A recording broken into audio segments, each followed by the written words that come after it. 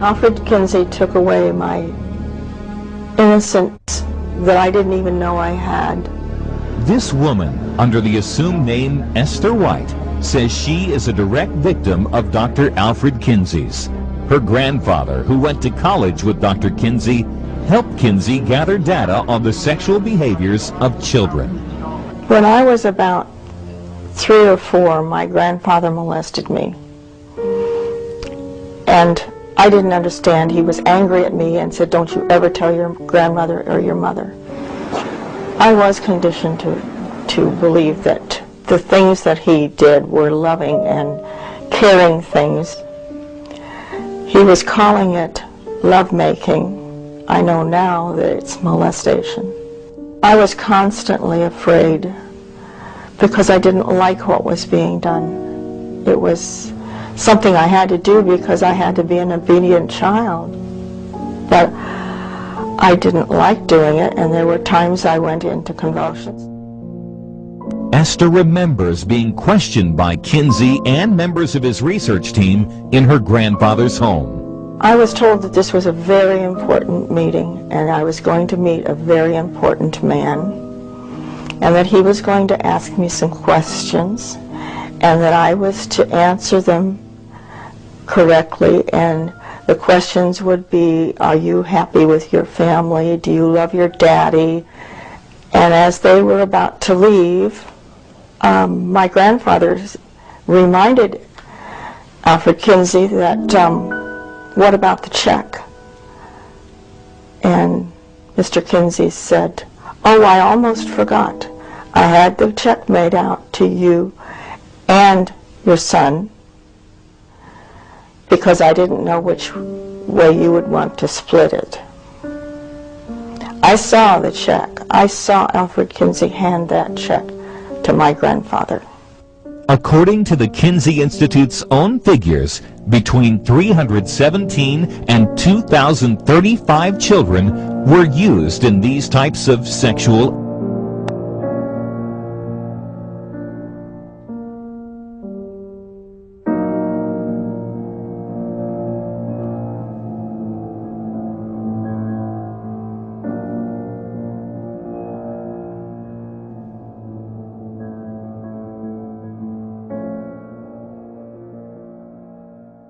the legal profession that no bar association, law school journal, or lawyers committee can consider sex laws without the Kinsey study. According to Westlaw, the most widely used legal database, between the years 1982 to 2000, there were approximately 650 citations to Alfred Kinsey. The model penal code that was adopted just after 1955 was based on Kinsey's research. This is a flow chart I put together to describe how the Kinsey research gutted American laws.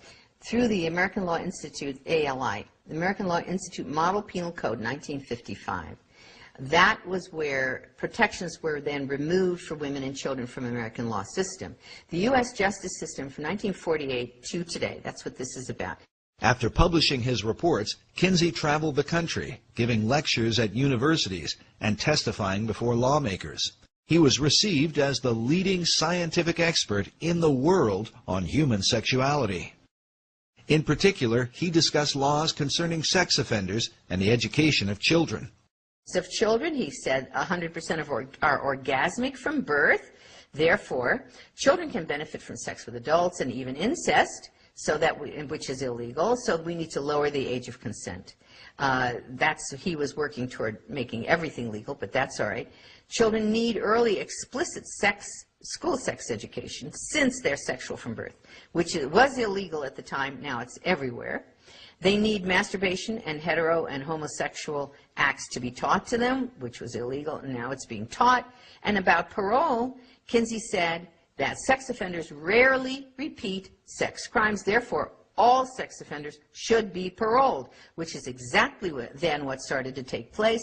Part of Kinsey's defense of pedophiles was that children were not really harmed by sexual contact with adults. Therefore, it made no sense to incarcerate pedophiles for lengthy prison terms. 1950, Rockefeller funded the American Law Institute Model Penal Code. 1952, a Harvard Law Review called for a code to change our sex laws in accordance with what Kinsey had objectively found.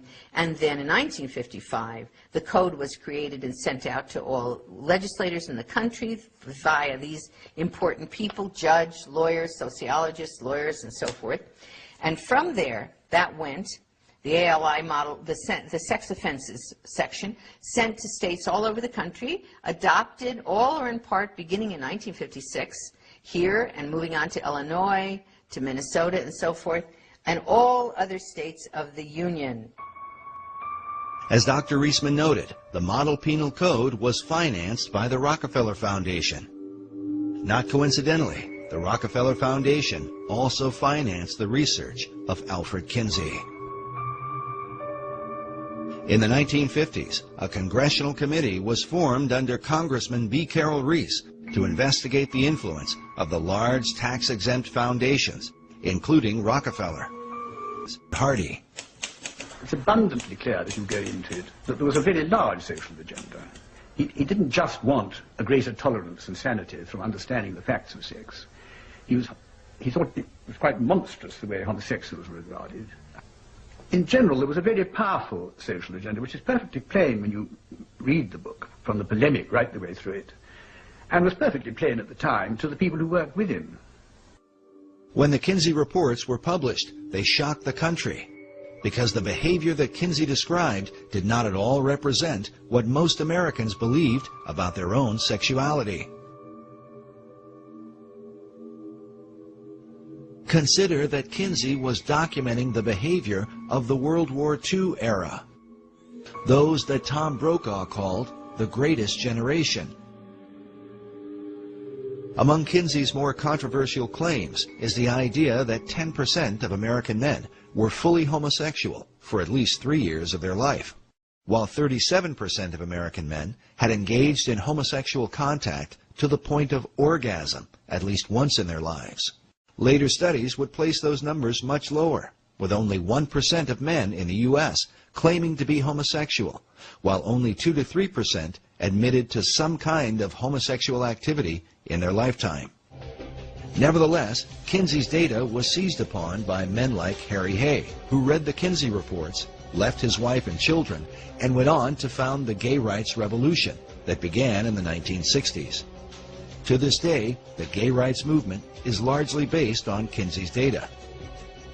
Kinsey also reported high levels of premarital sex, claiming that 69% of American men had visited prostitutes and that 50% of married men were guilty of adultery. Again, a later study done as early as 1960 by Phyllis and Eberhard Kronhausen would find that the levels of sexual promiscuity among males were much lower than Kinsey had reported. According to his fellow researchers, the reason for this dramatic difference is because Kinsey manipulated the data, including men from America's prisons, as part of the regular male population. What? In addition to the convicted sex offenders, Kinsey included regular prisoners who were serving time for other offenses, along with 199 sexual psychopaths, all mixed together as part of the regular male population, and presented to the American people as the average Americans that would follow. The findings are so extreme that one child, a 4-year-old, is said to have had 26 orgasms within a 24-hour period. For Dr. Reisman, the obvious question was, where did Kinsey get such information? And I looked at those charts and graphs. I can't tell you how long it took me to try to process what I was seeing. I said, this is the torture of children. At the base of Table 31, Kinsey tells us that the data is based on actual observation of 317 males. Then on page 177 of the male volume, Kinsey writes, orgasm is in our records for a female babe of 4 months. But how would anyone recognize such a response in a young child? Kinsey wrote that among pre-adolescent boys and among younger females, orgasm is not so readily recognized, partly because of the lack of ejaculate. And so I said, what did this man, this Kinsey, call an orgasm? Right. I mean, it's an obvious question, isn't it? I mean, first of all, this was not possible, but second of all, what did he call? Well, I saw he documented it on page 160 and 161 in Kinsey's book, Sexual Behavior in the Human Male. He described specifically what he called an orgasm amongst these children. Kinsey defined orgasm for pre-adolescent children with the following description: a gradual and sometimes prolonged build-up to orgasm, which involves still more violent convulsions of the whole body, heavy breathing, groaning, sobbing, or more violent cries, sometimes with an abundance of tears, especially among younger children. And he said there were six categories. He called them 6 categories of orgasm, and he had category 1, 2, 3, 4, 5, and 6. And included in these categories of what he called an orgasm were screaming, writhing in pain, hysterics, especially among younger children. He put that in parentheses, especially among younger children, parentheses. He said that the children had convulsions. Those were his words. He said they fainted.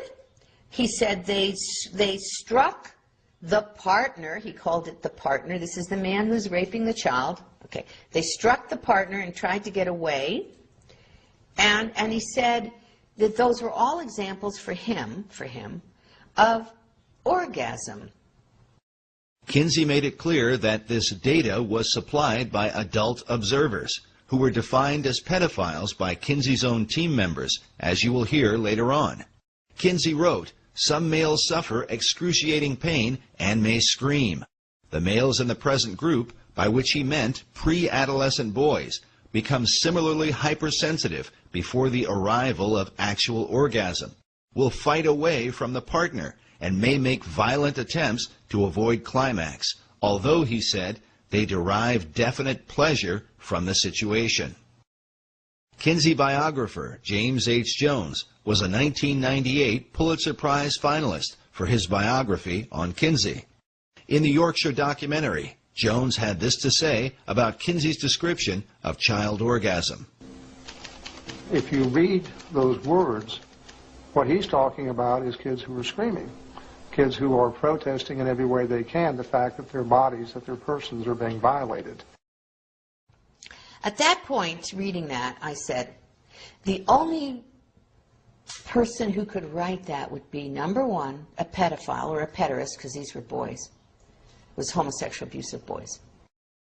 And a sadomasochist. That is, the only human being in the world who could call an orgasm something that involved people throwing up, I mean, having convulsions, fainting, screaming, crying. The only person who could do that is someone who experienced that themselves. And that had to be a sadomasochist. And the only person who could apply their sadomasochism to an infant and a child would be a pederast, a rapist. And that's what Kinsey did in that book. Kinsey's own sadomasochistic tendencies have been documented by a number of biographers. James Jones revealed that Kinsey once climbed into a bathtub and circumcised himself with a pocket knife without the benefit of anesthesia. Another account of Kinsey's extreme self-abuse came about when his research was under investigation. Jones reports that after the Rockefeller Foundation withdrew his funding, Kinsey went to a basement, tied one end of a rope to an exposed ceiling pipe and the other end around his scrotum, then stood on a chair and jumped off. The abuse that he inflicted on his organs, on his sexual organs, were very directly identified in his death. That was orchitis. That was a serious inflammation and disease